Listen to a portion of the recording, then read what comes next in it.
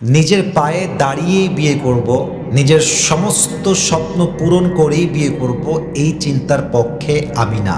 A lot of people they think like this যে আমার যখন অনেক বড় একটা বাড়ি হবে, অনেক বড় একটা চাকরি হবে, অনেক টাকা আমার ব্যাংকে থাকবে, আমার বিশাল বড় একটা ফ্ল্যাট হবে, and then I will get married.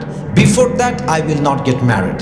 So যারা ভাবেন যে আপনারা সমস্ত স্বপ্ন পূরণ করে বিয়ে করবেন, আমি আপনাকে বলছি এটা আপনার ভুল ধারণা। আপনাকে মাথায় রাখতে হবে জাস্ট আপনার বউকে চালানোর জন্য আপনার বেসিক কিছু সামর্থ্যের প্রয়োজন, সেটা আপনার আছে কিনা মাথায় রাখবেন। আপনি যদি আপনার সমস্ত স্বপ্ন পূরণ করতে চান এবং তারপরে বিয়ে করতে চান, আপনার বয়স দিন দিন অনেক বেড়ে যাবে। এবং মাথায় রাখবেন, অল্প বয়সে বিয়ে করে যে সুখটা পাওয়া যায়, খুব বেশি বয়স হওয়ার পরে বিয়ে করলে সেই সুখটা পাওয়া যায় না।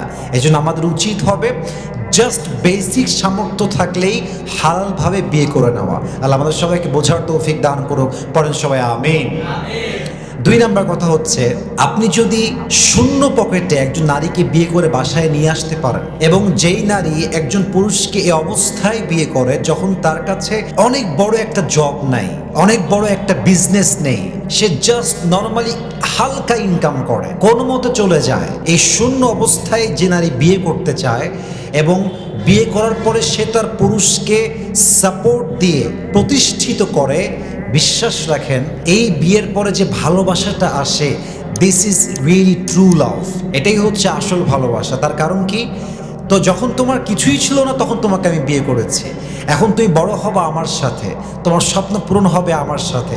এবং যেই নারী পুরুষকে শূন্য পকেট থেকে সাপোর্ট দিয়ে বড় করতে পারে, অনেক বড় করতে পারে তাকে, বিশ্বাস রাখেন পুরুষ যদি মানুষ হয়ে থাকে, আমি আবারও বলছি, সে পুরুষ যদি মানুষের বাচ্চা হয়ে থাকে, সে কখনো তার স্ত্রীর হাত ছাড়তে পারে না।